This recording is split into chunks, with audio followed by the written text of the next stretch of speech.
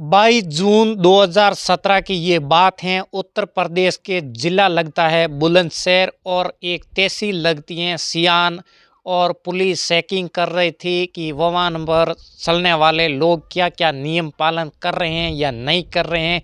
इसी बीच में एक व्यक्ति आता है जिसका नाम होता है प्रमोद। जब वो वहाँ से निकल रहा था और तब पुलिस वालों ने उसको रोका टोका तो उसने कहा कि तुमने हेलमेट क्यों नहीं लगाया है। तो इसी बात को देखते हुए उस व्यक्ति का चालान काटा जाता है और ये व्यक्ति कहता है कि मैं जिला पंचायत सदस्य हूँ और वो भी भारतीय जनता पार्टी का नेता भी हूँ। बस इतना कहना होता है और इसी बात की गूंज फिर जब इलाके में फैल जाती है और बड़ी संख्या में आकर भारतीय जनता पार्टी के नेता धरना प्रदर्शन कर देते हैं। और इसी के बीच में जो उसी इलाके की उस सर्किल की डीएसपी होती है, उसका नाम होता है सृष्टा ठाकुर, वो भी वहाँ आ जाती हैं और वहाँ से कुछ बहसबाजी हो जाती हैं। और किसी ने एक वीडियो बनाया और वीडियो को सोशल मीडिया पर डाल दिया जाता है। जैसे ही वो सोशल मीडिया पर वीडियो वायरल होता है और उसमें ये मैडम कहती हुई दिखती हैं कि आप जाकर मुख्यमंत्री से लिखवा कर लेकर आओ, आप भारतीय जनता पार्टी के नेता हैं और कार्यकर्ता हैं और उनकी चेकिंग ना करें। तो इसलिए पुलिस जगह जगह खड़ी नहीं होगी और इतना ही कहना होता है। और उसके बाद न केवल ये बात सोशल मीडिया पर वायरल हो जाती है, बिलक इलाके के जो विधायक होते हैं देवेंद्र सिंह, उन्हें जाकर मुख्यमंत्री से पूरे मामले की शिकायत की और इसी लेडी का ट्रांसफ़र हो जाता है। और जब ट्रांसफ़र ज़िला बुलंदशहर से सीधा नेपाल के पास एक बॉर्डर है, बॉर्डर के पास में एक ज़िला लगता है बारा, और वहाँ उसका ट्रांसफ़र हो जाता है। अब जैसे ही ट्रांसफ़र होता है तो प्रिंट मीडिया हो या फिर सोशल मीडिया हो और या फिर इलेक्ट्रॉनिक मीडिया हो, अब सृष्टा ठाकुर की बस लगातार उसकी न्यूज़ चलने लगती है। जब न्यूज़ चलती हैं तो न्यूज़ चलते चलते अब लोगों ने, पब्लिक ने, आम लोगों ने इस लेडी का नाम रखा लेडी सिंघम, यानी कि डीएसपी का अब लेडी सिंघम के नाम से जानने लगे। क्योंकि एक ईमानदार ऑफिसर को किसी बात की सज़ा मिली हुई, तो आज कहानी इसी डीएसपी की है और किस तरह वो लगातार लोगों के दिलों पर राज करने लगी।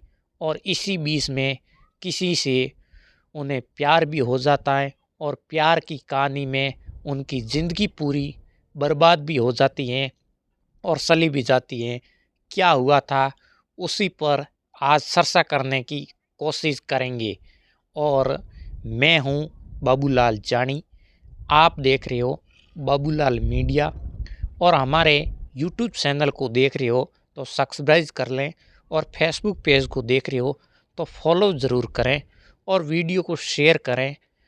और आज की जो सच्ची घटना है मैं आपको सुनाने जा रहा हूँ।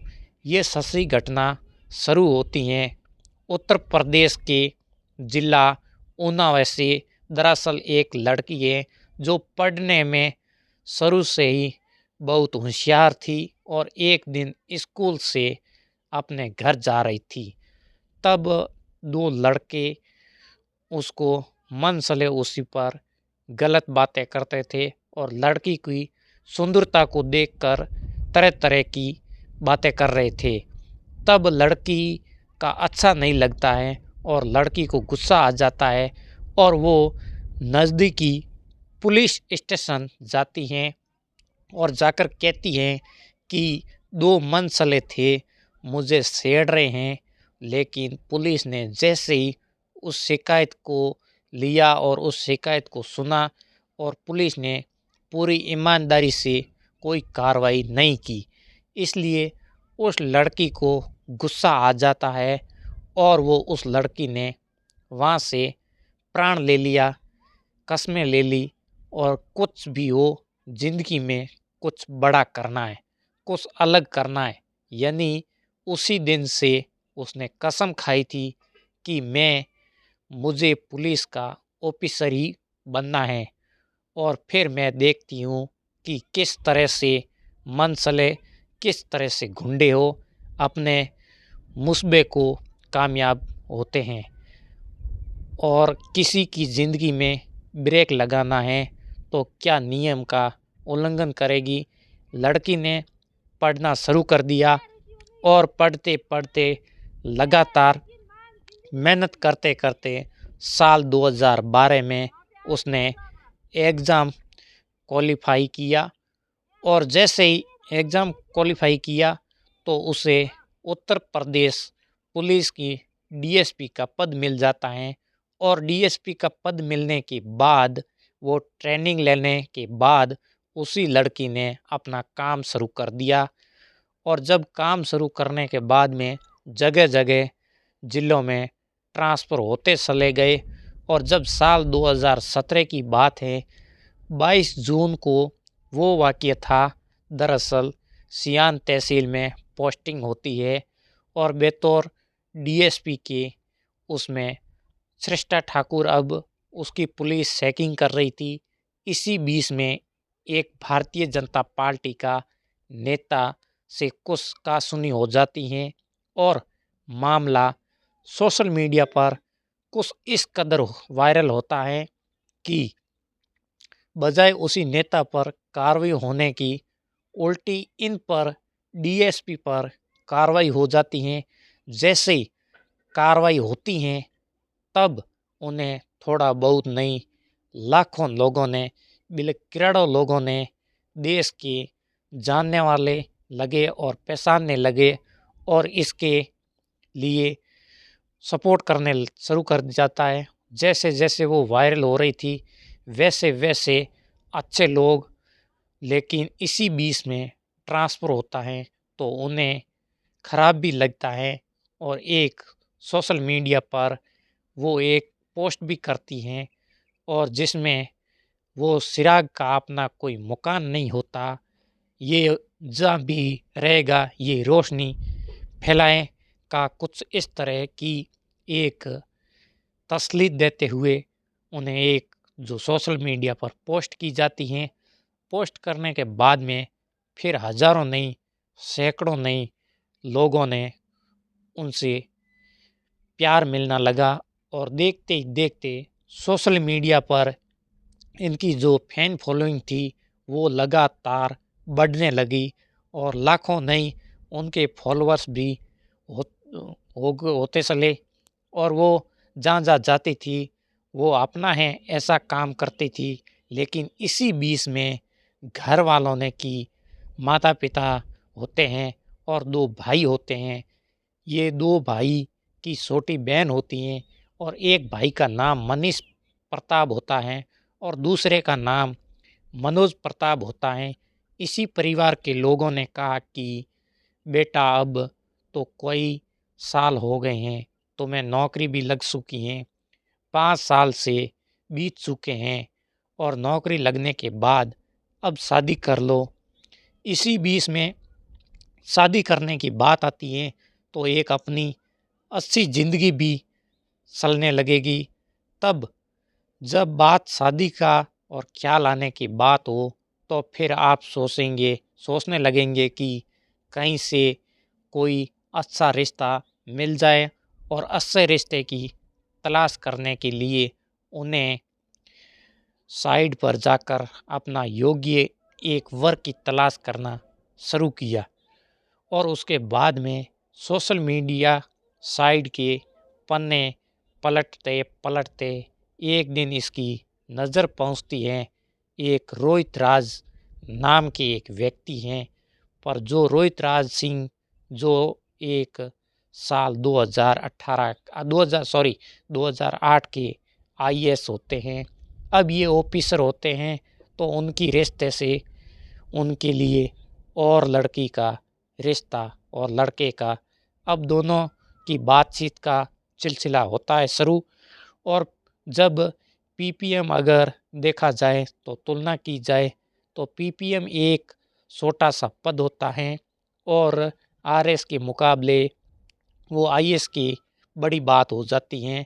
अब एक आईएएस एक पीपीए के लिए शादी के लिए वो रिश्ता आता है तो जाहिर सी बात है घर में खुशियों का तो माहौल ही होता ही है और आसपास के लोगों में खुशी का माहौल होता है। और जब लड़का और लड़की आपस में बातचीत करना शुरू कर देते हैं और लड़का लड़की का तो दोनों ही ऑफिसर होते हैं और बातचीत का सिलसिला शुरू हो जाता है। दोनों के ही दोस्ती कुछ ज़्यादा ही गहरी होने लगती हैं और परिवार के लोग आपस में उनकी सहमति दे देते हैं, ठीक है शादी कर लो। तब रोहित राज ने अपने बारे में बताया कि उसकी दो बहनें हैं और दोनों विदेश में रहती हैं और सेटल है और इसकी यानी कि खुद की ड्यूटी झारखंड राशि में है और ये ड्यूटी कमिश्नर होता है और आईएएस मैन की इंडिया रेवेन्यू सर्विस में पोस्टिंग होती है और वैसे ही मूल निवासी होता है बिहार प्रदेश का नवादा, उसका ही उमराई एक जगह होती है, वहाँ के निवासी होते हैं और ज़िंदगी में सब कुछ ठीक ठाक चल रहा था और साल 2018 में इन दोनों की धूमधाम से पटना में शादी हो जाती है और कई लोग शादी में शामिल भी होते हैं। लेकिन इसी शादी में कुछ न कुछ इस पीपीए अधिकारी की यानी कि डीएसपी सिस्टर ठाकुर को कुछ अभाव होने लगता है कि जहाँ रिश्ता लगा है वहाँ शायद कुछ गड़बड़ हुई है।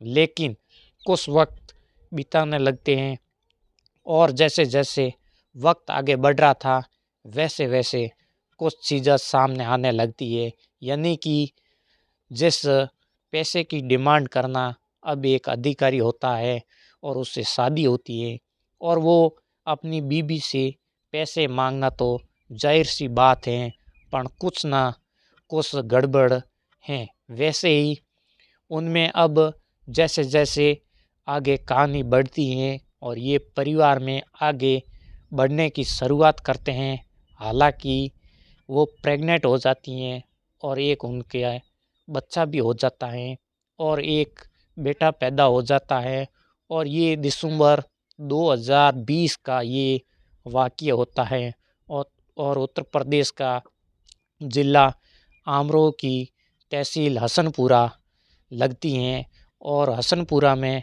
बतौर ये डीएसपी का पद पर तैनात होती हैं और पुलिस चेकिंग कर रही थी। जैसे ही बुलंदशहर में चेकिंग कर रही थी वैसे ही हसनपुर में चेकिंग कर रही थी। इसी बीच एक फौजी आता है और फौजी से इसे बातचीत करना शुरू करती हैं और एक पुलिस वाले ने उनकी गाड़ी की चाबी निकाल ली और ये मामला बहुत ज़्यादा हाईलाइट हो जाता है। यानी कि पहले बुलंदशहर में, फिर ये अधिकारी वहाँ पर कुछ दिन के बाद जो उनके पति होते हैं आईएएस ऑफिसर, वो भी उनकी कोतवाली में पहुँच जाते हैं और बातचीत होती है और इसी के बीच में कुछ कहासुनी हो जाती हैं। तब पता चलता है कि ये अपने पति यानी कि पति से नाराज़गी चल रही है, घर में झगड़ा चल रहा है, प्रेम विवाह, इसी बात की खबर भी बात सामने आ रही है। जब अमर उजाला और दैनिक भास्कर अखबार में भी ये खबर छिपती हैं, जैसे ही अखबारों में खबर प्रकाशित होती हैं तो आसपास के लोग हो या उनकी दूरियां और बढ़ने लगती हैं।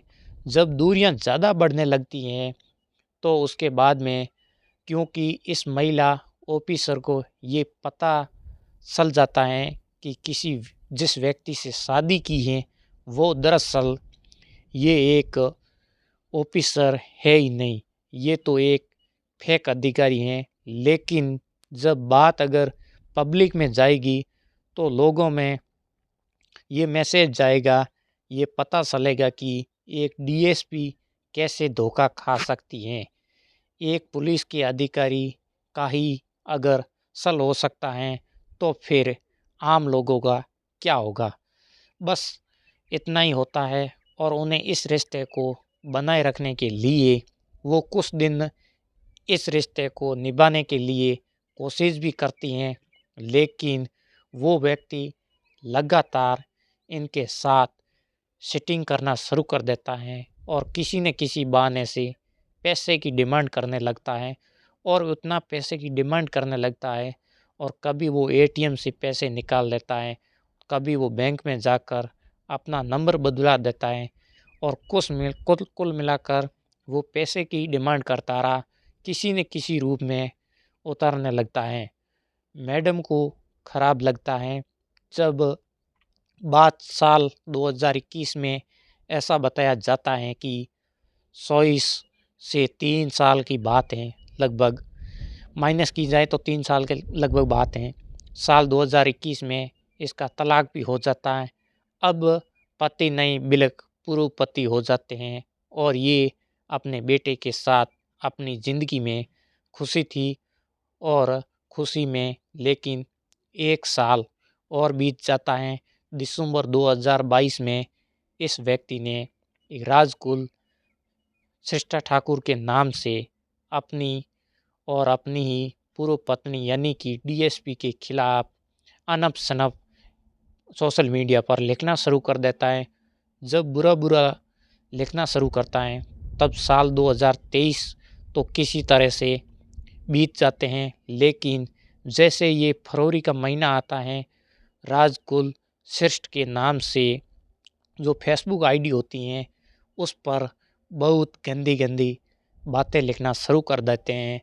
तब अब मैडम को गुस्सा भी आ जाता है और मैडम सीधी उत्तर प्रदेश के जिला गाज़ियाबाद थाना भी लगता है और वहाँ जाती हैं और जाने के बाद बताती हैं कि मेरे साथ इसी तरह से दिक्कत है और मेरी फ़िलहाल पोस्टिंग उत्तर प्रदेश के ज़िला शामली में है और डीएसपी के पद पर ये तैनात हैं। और जैसे ही वहाँ पे थाने पे कोसबी थाने पर एप्लीकेशन दी जाती है और एफआईआर नंबर 0067 बी 2024 की आईपीएस धारा 323 498 एजे के दहेज एक्ट के लिए लगती हैं, 420 यानी कि धोखाधड़ी के लिए लगती हैं और 467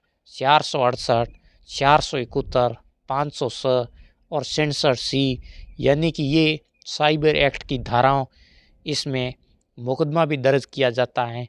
और रोहित राज सिंह का नाम जो कि कोसबी को पता दिखाया जाता है और कोसबी गाज़ियाबाद का इनका पता होता है और अरई नवादा बिहार इनका पिता यानी कि वकील शरण सिंह जो कि उनके पिता होते हैं। साथ ही इसके भाई संजीत सिंह के खिलाफ मुकदमा दर्ज कर लिया जाता है और उस मुकदमे में ये हवाला दिया जाता है उन्हें करीब 15 लाख लखनऊ में प्लॉट खरीदने के लिए पैसे की डिमांड करता है।